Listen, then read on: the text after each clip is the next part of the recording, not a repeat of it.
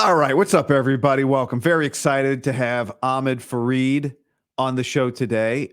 Some of you may know AHMED from his time, if you're a Bay Area sports fan, from his time in the Bay Area, or you've watched the major horse racing events in the United States, the world, the last few weeks, the Preakness. AHMED hosted that for NBC, 7 million viewers. It was almost 20 million for the Kentucky Derby a few weeks before. He'll be part of the Olympic coverage from Purdy for NBC. Once again, this year he'll be hosting NBC's college football coverage. So I'm on a lot of NFL, NBC Sunday night football coverage, a lot of Big Ten stuff, primetime games for him this year.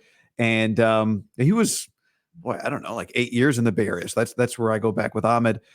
He is the co-host. They don't put his name in it, but he's the co-host of Chris Simms Unbuttoned, that podcast. And I always see. We text often. We text from time to time, but I see his tweets a lot, and they're always, they're always like not overreactionary. So I was glad that our schedules lined up, and maybe soon you'll be hearing, basketball, give me the ball, and I'm gonna dunk it. So if he wants to announce NBA on NBC's return and his hosting of that, then he can do that too. What's up, man? That's why I'm here, guy. Oh, that's why you're here.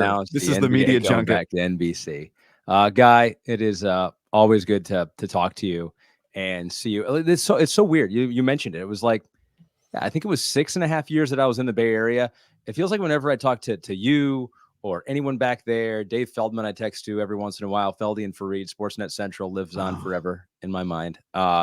It feels like I'm like talking to people back home. It's like I grew up in Michigan, but that time, that 6-year period in the Bay Area was so transformative in my career. I feel like I kind of like grew up. I had my kids there. I lived out there for a good chunk of time, not near my family. And so it's funny, Guy, when it's like I talk to you, I'm like, I'm back home.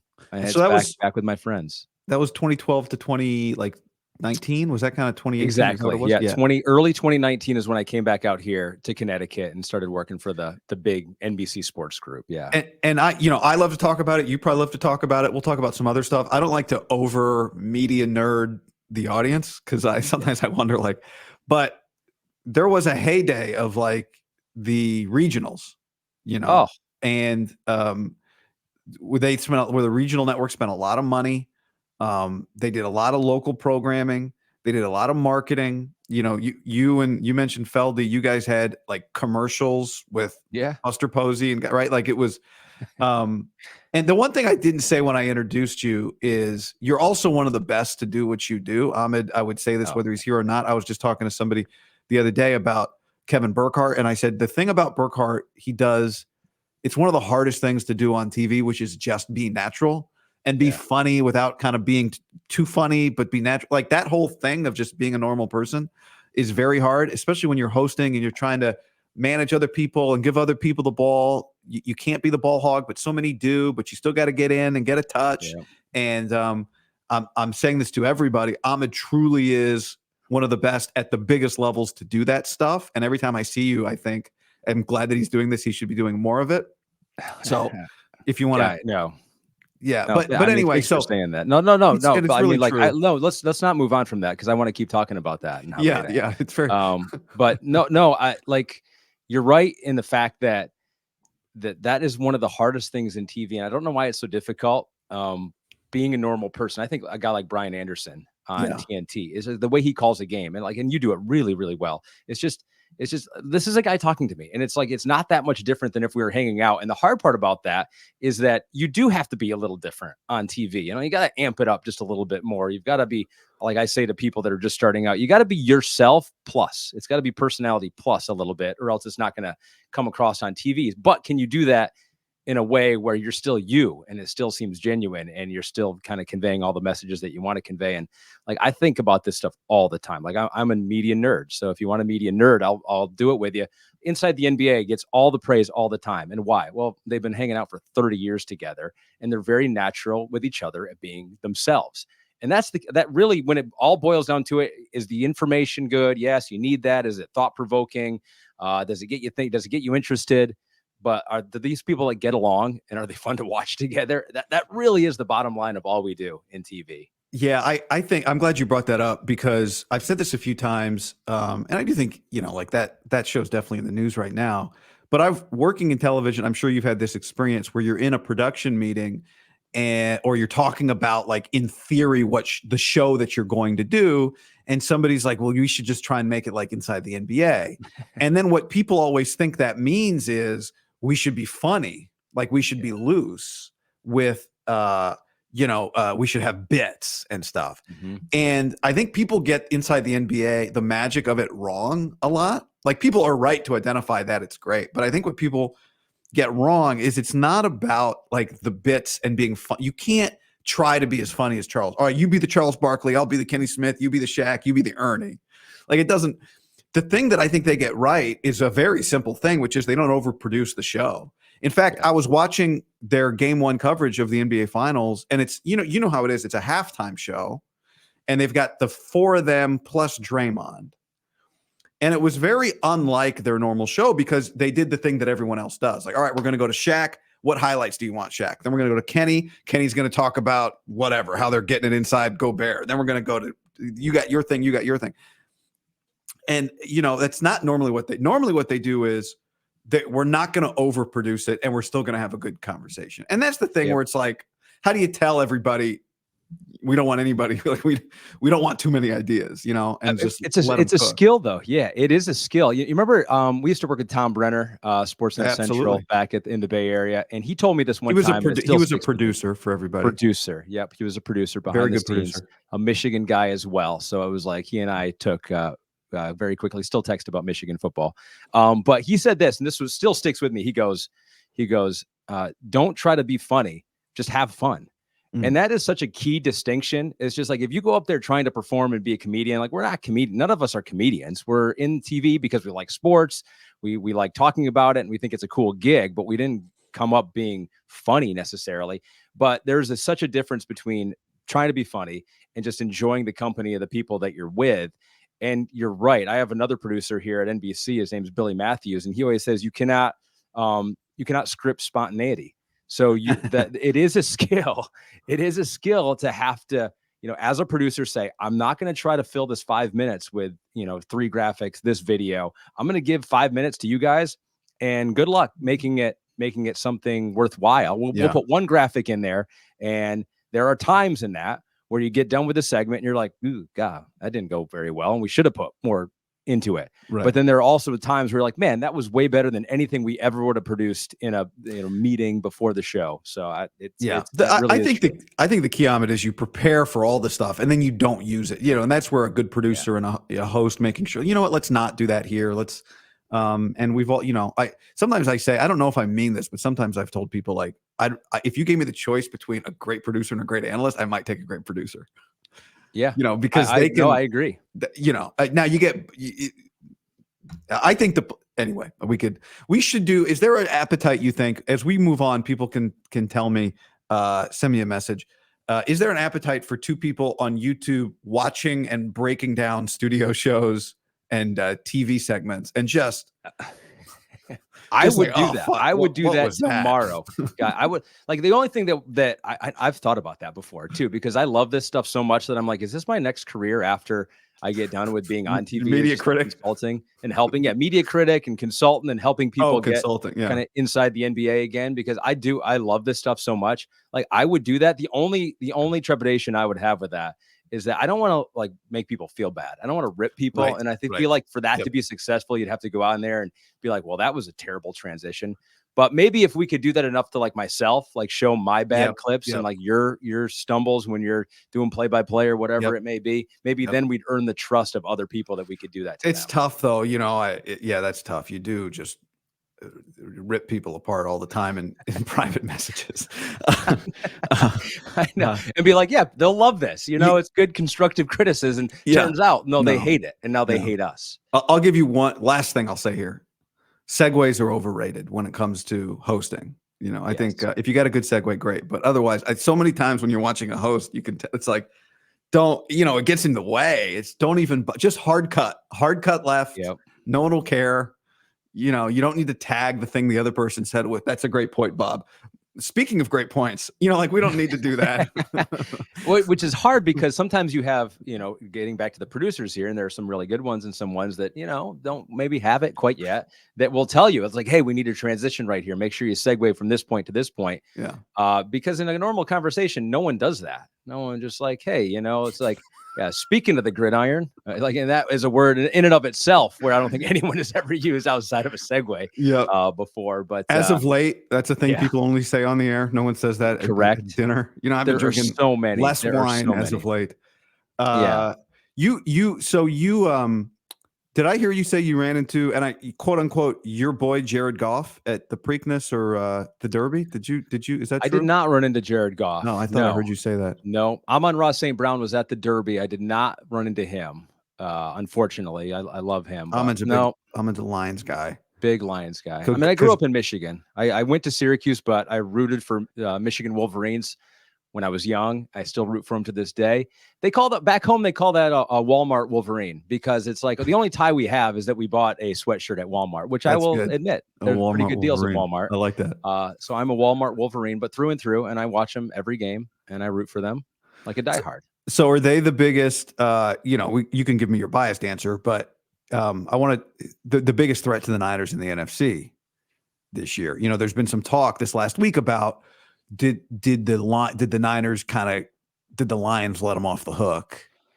Did the Packers let them off the hook? Both of those I think it's been more of a Packers, like there was a back and forth with a Packers player, like basically we let them off the hook. And the Lions game, I think it's a little easier to track like where exactly it changed. But both those games, I thought the 49ers, I look back at last season for them, Ahmed, and to me, it's a credit to them that they found a way to win two games they were not the better team in for most of the game. That's just, to me, it's very like life. Like most days, you're not 100%. You got to find a way.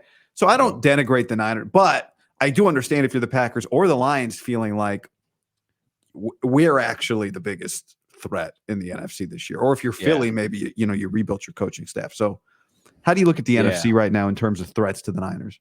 I think, it's the Niners. You'll look at the offseason. I was looking at it before we talked for the Niners, and you go, did they get better? Did they really get better? I think they may have gotten a little bit better at edge. I think Floyd and Gross Matos got maybe that was an upgrade there. But did they upgrade their offensive line? Not really, and that was a weakness. But also, having said all that, they were there at the end of the season. And for a team that has been good for as long as the 49ers have been good, they face challenges like my Detroit Lions, I feel like got better. They got better in the draft with the corners. The secondary is going to be better. They locked up some of their young studs. I think that they are even better than they were last year.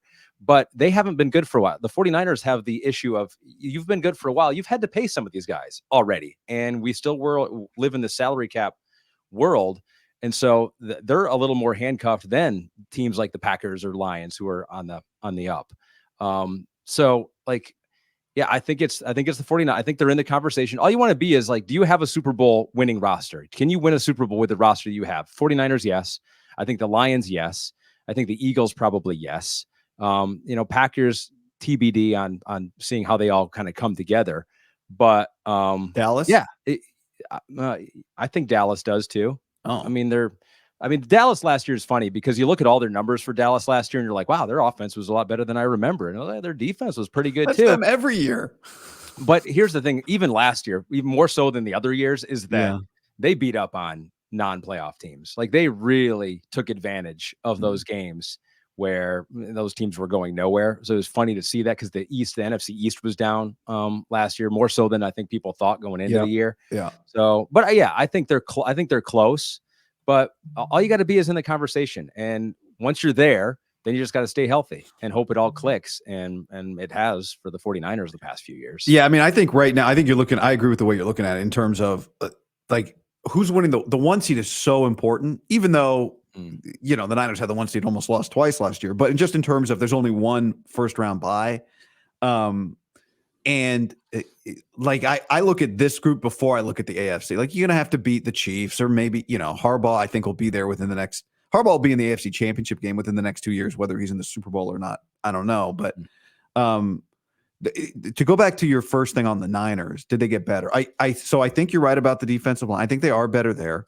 Yeah. Are they better on the offensive line? I don't know. Right. But right now you'd have to say not in any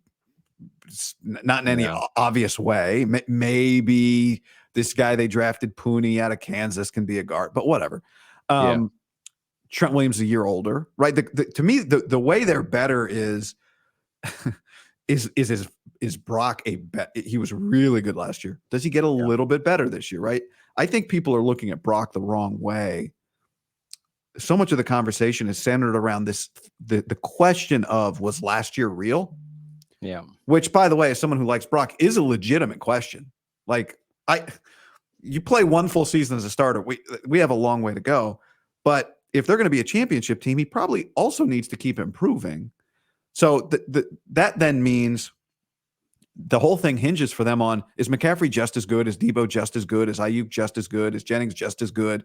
Is Kittle just as good? Is Bosa better? Is Fred Warner? Like, do other guys who are in their primes not lose a step? Right. Mm-hmm. That's what they're about right now, which is a scary place to. It's a good place to be because all your guys have proven it, but it's also, it's a little less exciting, I think, coming into a year than like, look at all this new talent that we've got. So I think they're in really good shape. Like, to me, they're still the favorite.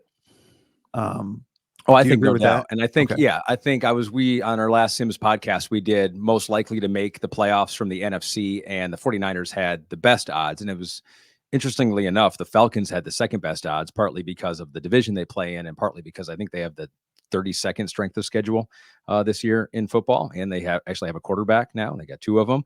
I think that the 49ers are the favorite. And you're right, but it's just like, are all those studs going to be as good as they were last year? But it's like, they got so many of them that they probably don't have to be, right? They can, if the offensive line plays a little bit better than they did last year, if the defense, if they get a little more pressure, because that was one thing on the defensive side. It's just like, all right, played pretty well, but they didn't get a whole lot of pressure. And who knows, right? I think the guy the corner they got, Green from Florida State, like, he played more press man coverage than like any corner. I remember him in the draft process. Simms goes through all those guys. And so Florida State trusted him on an island up at the line of scrimmage against all those top wide receivers. So I like him. I think Ricky Pearsall can come in and contribute right away. And so those are guys that can pick up the slack. But for Purdy, and I think this is really interesting, is that, and of course you have the debate. And like, I compare this sometimes to baseball, because people say this all the time. It's just like, well, that guy got the game-winning RBI, but he was batting fourth in the lineup, and he happened to come up with a guy on third base in a crucial spot. And so I really don't give him that much credit for. I was like, yeah, but that's the game. Like, that's the whole point of the game, is that when your number is called, you have to produce to win the game. It's not like one of those things. It's like, well, he got out, but let's. So you're pro RBIs as a stat. I am pro RBIs as a stat. And like, I get it. It's not a great player evaluation tool, but it's like, we're not all doing player evaluation. We're like trying to win games. And at the end of the day, if the guy that, walked 4 times, but never scored, is he the player of the game? Or is like the guy that went out there and went 0 for 4, but a sack fly and drove in the winning run? It's like, well, that guy kind of did win the game. I get it. Other people could have done that given his situation. There's a reason the 8 hitters hitting 8th and not 4th. Exactly. But so to make this whole point about Brock Purdy with baseball, is that he's in, like, is he an elite quarterback? Is he top 5? Is he top 10? Like, it doesn't matter. Like, really, at the end of the day, it doesn't matter, because what he proved last year is that he is highly capable and can function very, very well at an elite level in this offense, what he is asked to do with all the tools around him. And last I checked, that's how the 49ers will be playing this season, in this offense with all the tools around him. And I get it, it's like a good conversation. It's like, well, one day it might matter if he's making $60 million a year, right? I mean, that is true. And he doesn't have all the pieces around him. That is true. But look at how quickly things change in the NFL. Like, Kirk Cousins was going to have a 4-year run with the Atlanta Falcons. Now we're like, well, will he make it through the year? Is Michael Penix going to replace him halfway through? And so I think you can't look more than almost 1 year in the future. Like, as a GM, you have to, and you got to plan salary cap. But for this season, like, Brock Purdy, like, look what he did. Led the league in like touchdown percentage, yards per attempt, quarterback rating. Like, the one thing, he did not have a fourth quarter comeback. He did not have a game-winning drive. He didn't need to, but that's part of functioning in this star-studded Super Bowl ready roster that he is right now. So I get the conversation with Brock Purdy, but I'm just like, you're overthinking it. He functions very well for a Super Bowl caliber team. I love it. I don't think there's anything more interesting than a will he or won't he young quarterback discussion. Like I just think it's because there's yes, it can get very sports talky, but there is just so much meat there. Like John Lynch wants to know if this guy's going to be his franchise quarterback just as much as everyone else yapping about it, right? Like it's like how would he? Yes, exactly. Like I would love to see what he would do or what other quarterbacks would do in this 49er offense, because I think that's the thing that Simms we talk about all the time with Tua, and he's always been so much lower on Tua than a lot of other people, although the rest of the media world seems to be kind of catching up on that a little bit.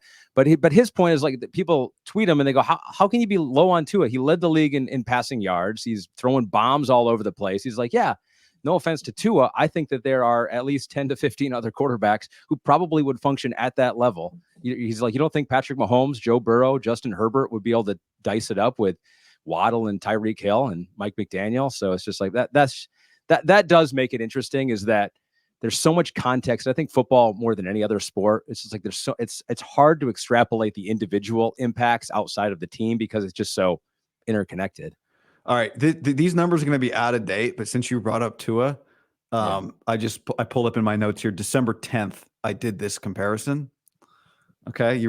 I mean, this is going to be an overwhelming amount of statistical information, but here we go. Okay. I'm ready. Brock versus Tua. PFF. This is December. Okay. So a lot happened. Brock versus Tua. PFF grade, Tua 1, Brock 11. Completion percentage, Brock 1, Tua 2. Yards, Brock 2, Tua 4. Yards per attempt, Brock 1, Tua 2. Touchdowns, Brock 2, Tua 4. Interceptions, Brock 7, Tua 10. Big time throw percentage, Brock 5, Tua 2. Average depth of target, Brock 8, Tua 15. Average time to throw, Tua 1, Brock 9. I'm trying to find where this. Okay, PFF grade on deep passes, Brock 1, Tua 2. Completion percentage on deep balls, Brock 1, Tua 2. Touchdowns on deep balls, tied for first. Yards on intermediate passes, Tua 2, Brock 3. Intermediate completion percentage, Brock 3, Tua 5. Time to throw, yeah. So I could keep going. Like, now, the one area where they really differed was pressure. Tua, the least pressured starter in the league as of December 10. Brock, 8th most pressured starter in the league. Brock, 5th in the league, completion percentage versus pressure. Tua, 26 out of 27th. So, like, when I think about Brock, and I get in these arguments sometimes with people because I say the Niners don't hit deep balls ever. Like, they have to be the worst deep ball team I've ever witnessed. And that's mostly in practice. They try it and they can't hit a deep ball. Like, they'll throw 50-50 balls to nobody. And people are like, oh, no. Go look at the stats. Brock led the league in deep ball passing. Like, yeah, okay. They complete balls that get a lot of yards. That's different than one-on-one go ball over the top, right? Which is what I'm talking about. But the thing that that makes me feel good about Brock is all this stuff that breaks guys, which is it's the pressure. He seems to handle pretty well. He shows that. I mean, mobility. You've fired up a couple of the highlights. Good luck distilling all of that Tua versus Brock stats. That was no. But I think you're right. I think that is the big question on Tua. If you're going to compare those two, who are both in great offenses, both have weapons around them, both have really smart head coaches who can scheme up some stuff on the offensive end. It's like, can Tua make something out of nothing? Can Brock make something out of nothing? Yeah. And I definitely would. I would side with Brock being able to wiggle his way out of pressure. You know, the funny thing about Brock too is that if you look back when he was at Iowa State, I think it was 2 years before he came out, there was some chatter. You know, you always have those way too early next year draft rankings. There were times where like Brock Purdy was looked at as a potential first round quarterback. And I think all the time, really? Like how would you can go back, and it was I think it was going into his maybe junior year or redshirt sophomore year or something like that. There are a couple websites out there that's in the 20s, but they're like, hey, Brock Purdy, potential first round quarterback. And I think he took a step back. His numbers weren't as good. He threw a few more interceptions after that and then stayed for another year on top of it. But How would the narrative around him be different if he were even an end of the first round quarterback? Because at one time people thought he had enough talent to maybe fit there. Because the story completely changes then, where you're not surprised by all this stuff. You don't have as many questions. It would be like if Kenny Pickett all of a sudden torched the NFL. You would say, okay, he was. I don't know about overall. that, Kenny. Well, I know it's not going to happen, but I'm just saying, if this is a hypothetical here, guy, if it were to happen, people would be like, wow, okay, that makes sense. He was a first round quarterback. He's like Patrick Mahomes. He should have been, top 5 instead of 11 or 10 or 20. But I don't think I'm just making that up with Brock Purdy. There was a time when I believe you. He was highly thought of. I mean, they had a year where people thought they were going to be, I don't remember exactly what it was, but they had a year where people thought, like, this is a top 15 level team coming into the year, and they had a disappointing season. I think they played Oregon in the bowl game in Arizona, maybe, but they had a team that had a lot of hype on it. So I buy that. By the way, I got blown out against Oklahoma at one point too. So that year, the year where they were hyped up, I think so. Yeah, and it was like, I can't do it against the big teams. I heard. Wait till he gets in the NFL. You and Simms, who, by the way, like, people think, actually, I should ask you about this, the Simms Shanahan connection. Yep. Because they don't have matching tattoos, right? There was like 5 buddies who all agreed to get a tattoo if the rest of them did it. And then Kyle's like, fine, you guys, I didn't think Simms would do it. He did it. I got a tattoo. But it's like they all have matching tattoos. But it's like a heart with the initials of everyone in it, I think. Is what it is. It's a Mount Rushmore of all their faces. But to what degree do you have to filter Simms's 49ers takes? What do you mean? In what way? When let me, if someone who's here, right, in like the Niner ecosystem, if Chris Simms has a take about the Niners, people always assume, like, oh, well, 9 out of 10 people are saying no, but Simms is the one saying yes. And they have matching tattoos. So, like, that always comes up. Like, Chris must always know something. And I do too. Like, I put stock in what he says just because I think he knows, like, for the obvious reasons you put stock in what he says. But what I'm asking you is, when he says something about the Niners, do you in your head go, I wonder if Kyle texted him that? So he'll tell me at times, like, I can tell if, he's gotten this, on good authority. And Chris usually doesn't just try to throw stuff against the wall and see what sticks. Yeah. But what's funny about that relationship, and they are super tight, and they don't talk all the time in season, but out of season, they do talk a lot more. So they'll exchange ideas on draft guys and what Kyle thinks about a guy. I think Kyle really respects Chris's opinion on a lot of these guys because he knows he's done the work. And I think they think similarly on some of these players and their abilities. And so he'll call up Chris and be like, what can you tell me about all the running backs? Chris is careful not to, he doesn't want to now you're being take careful. His friendship. I'm being careful now, but I'm trying to figure out how to say this. He doesn't want to take for granted the relationship because he understands that Kyle has a job to do. But at the same time, he wants Kyle to understand that he has a job to do, and it is to share his honest opinion. So I think Kyle, knowing that, has done a good job of not putting Chris in some of those situations where Chris is like, I'm not even going to ask him what's happening with this because I don't even want to put him in a situation where he can't tell me or he wants to tell me, or I know something now that I can't say, and now I'm trying to bite my tongue. And so I think their relationship has evolved in such a way, at least during the season, where Kyle's not going to put Chris in a spot where he's either got to, go on TV and expose the truth. So they've worked it in a good way. But I mean, Chris loves Kyle, as a friend and as a football coach. And so defending him, singing his praises, talking about his offense, what he's trying to do, where they haven't been able to do what Kyle maybe wanted to do at times. So it is an interesting dynamic. I take everything that Chris says with the 49ers as though that's truly what Chris believes about the 49ers, what they should do and what Kyle should do. And they're both very careful not to try to like screw up that friendship. I do think I listen a lot to you guys, and I do think he gives, my impression is that he gives his real opinion.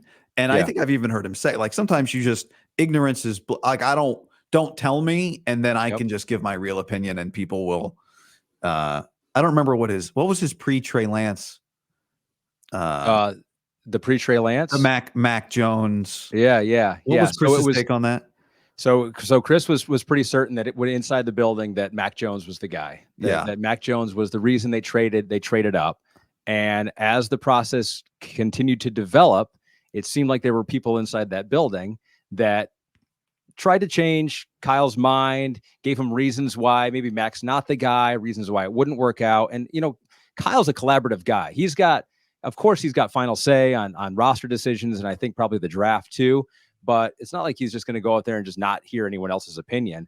So the sense that I got through that whole thing is that Kyle and all the people around him liked what they saw from Mac. But as the process continued to develop, there were people inside that building who said, I think Trey Lance is actually a better choice. And I think Kyle got convinced after a while. And that's why, Adam Schefter reported that initially it was Mac Jones was the guy. And then what changed?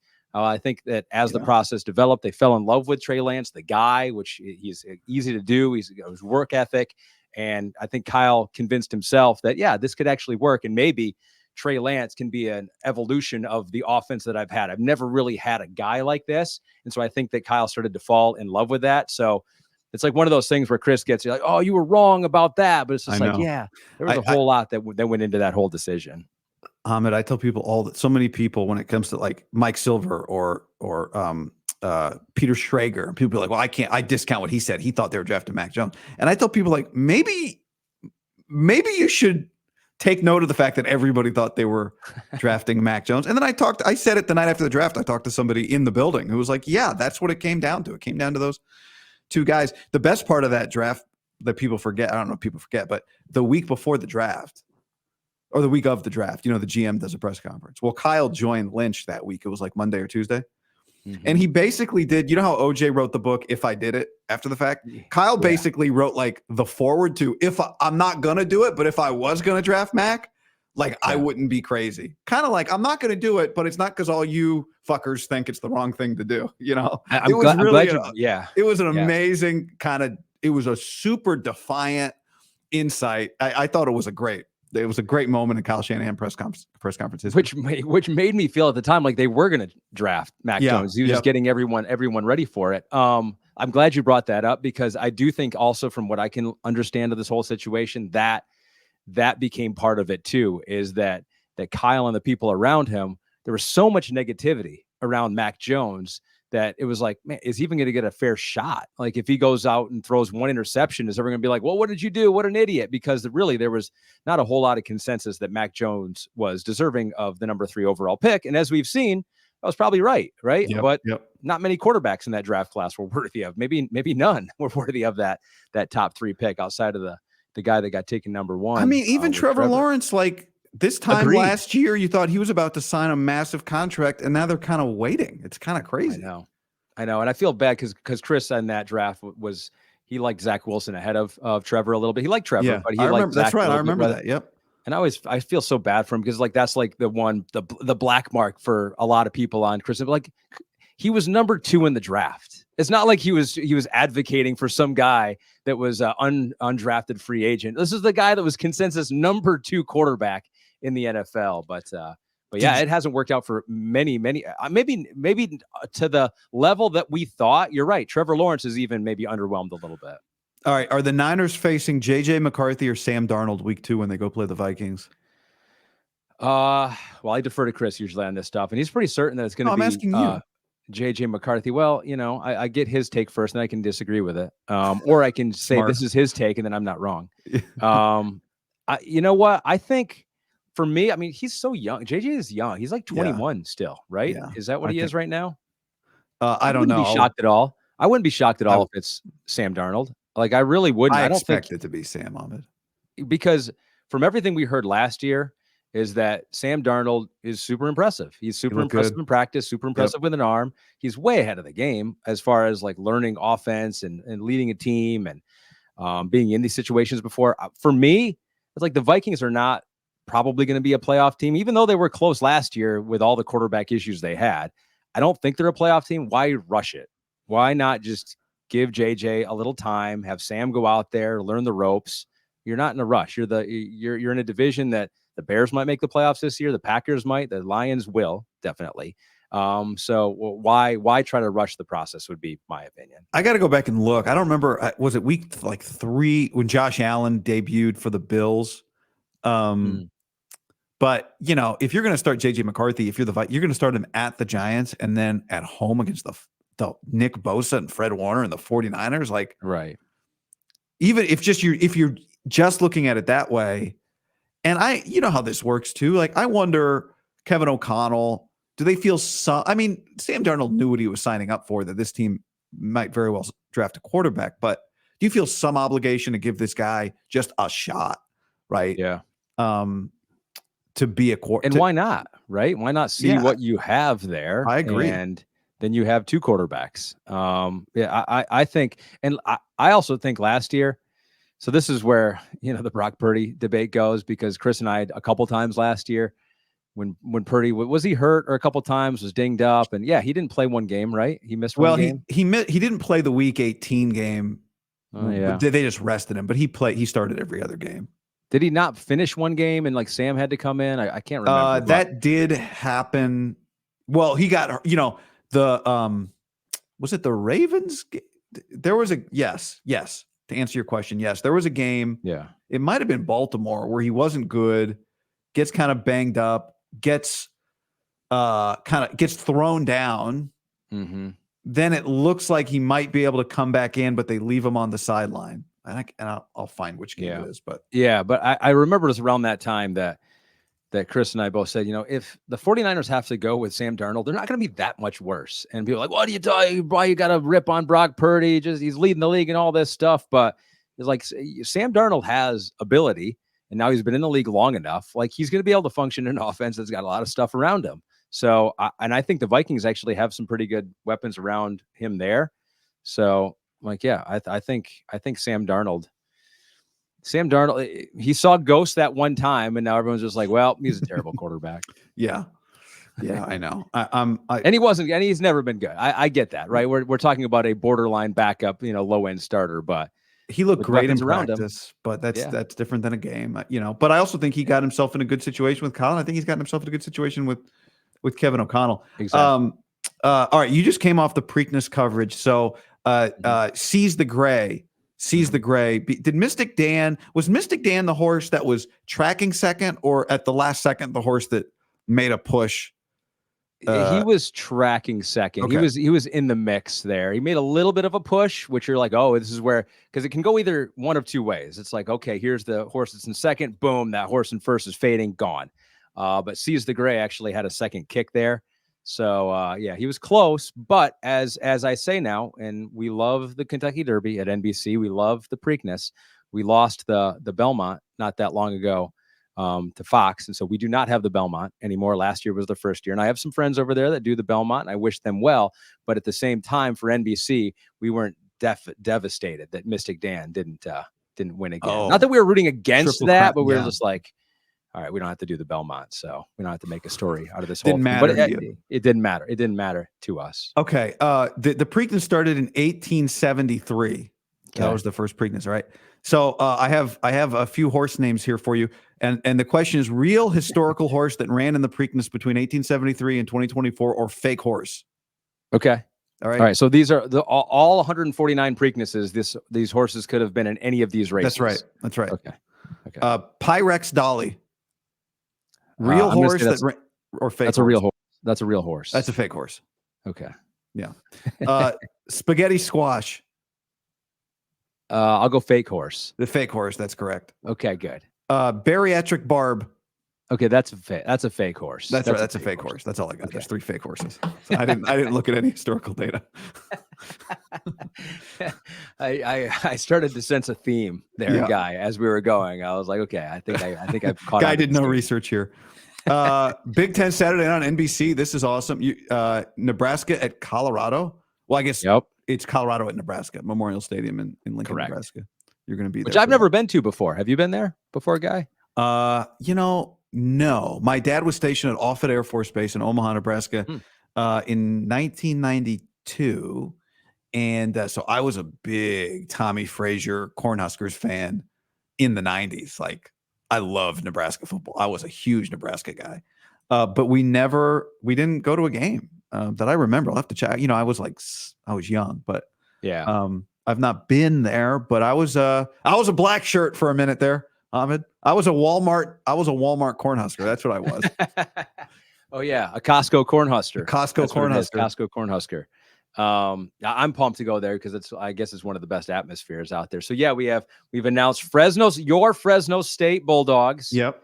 At Michigan, and then we have Colorado at Nebraska. So a pretty good way to start our Big Ten schedule this year for NBC. Yeah, and then you're going to Paris, or not? And then before that, I'll be coming back from Paris. Yeah, so I'll be speaking French on the sidelines in Lincoln, Nebraska. Yeah, we got end of July 21st. I go out there. I found out that I'll be a roving reporter in Paris. That is a role that is yet to be defined to me specifically, but I think we'll find some events to go to. We will find some coffee shops to show you. We will be in the city of Paris, which for NBC will be like another athlete. It'll be another character. We'll show you all around one of the great international cities. And also I found out that I will, from 5 p.m. till 6 p.m. Eastern time, I will be hosting the final hour before local news on the East Coast on NBC. So that's got to be a highly rated hour, right? I feel like it. Yeah, I was talking to Mike Tirico, who does the Derby and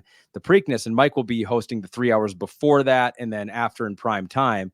And that's what he goes. He goes, hey, there gonna be some eyeballs on you there. To the point where I was like, Mike might just do this himself. I think Mike might not. He'd just be like, Ahmed, you're fine. Whatever reporting you're doing, just continue to do that. But no, Mike needs a break, even though he is a machine. He will take a break there for an hour, and so. That's my assignment for that's cool. That's really cool. No, I am actually really. What is now, Ahmed? What is the what's going to be the marquee? What's the big drama? Is there a big story? Yeah, USA won.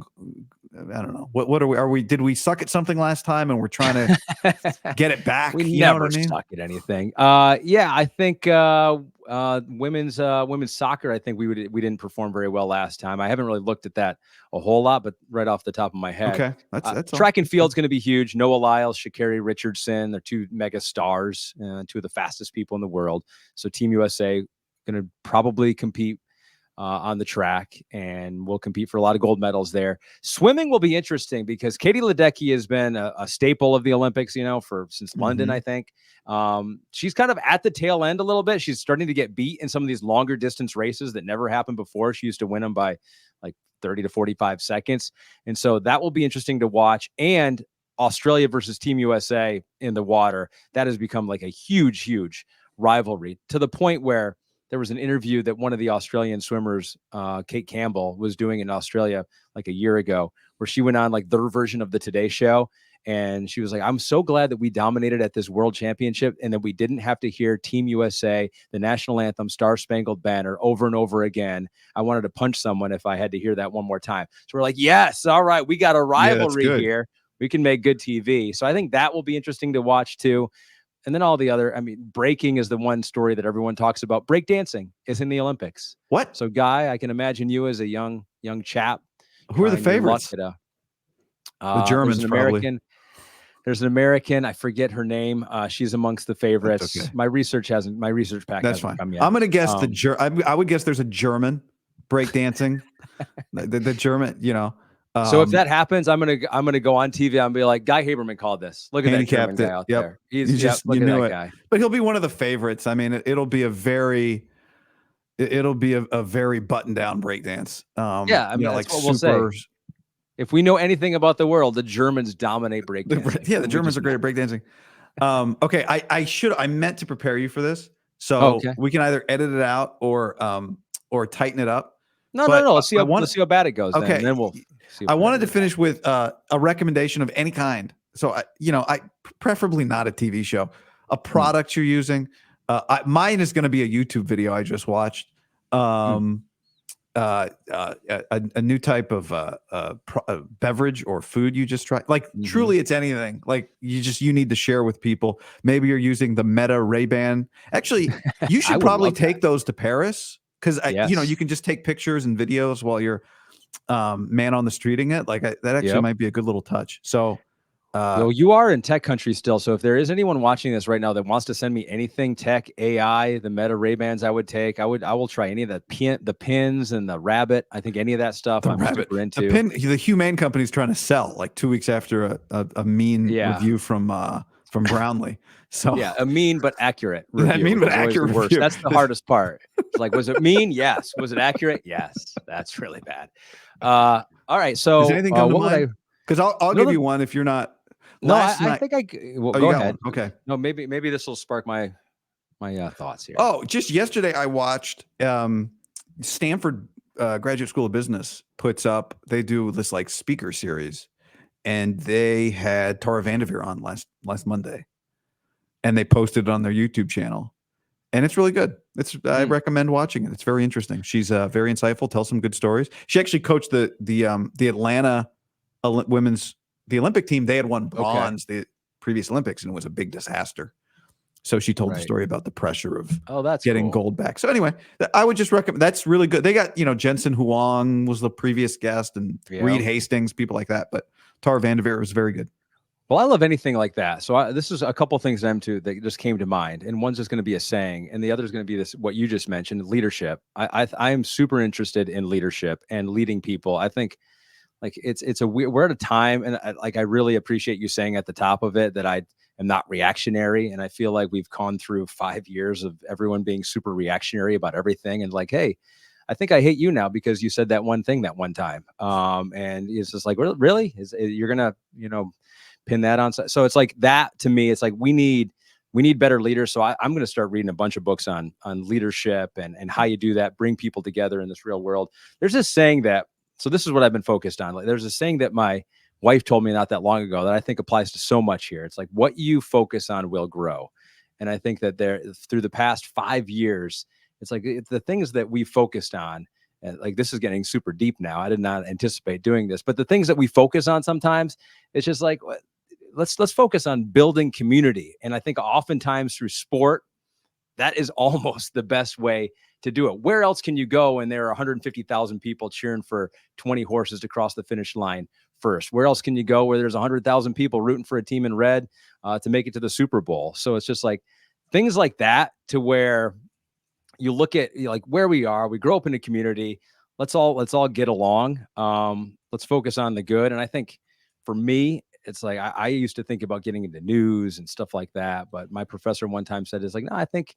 If you work in sports, you kind of work with the human emotion, and then what else is there, when you at the end of the day. So it's funny. I did not anticipate kind of going down that road, but I think that's one of the things I think about all the time is like, how can we use all these things we do in sport? Because that's what I'm doing right now to bring people together. Olympics 2024 Paris. That's my ad pitch. That's your recommendation. NBC right there. Yeah.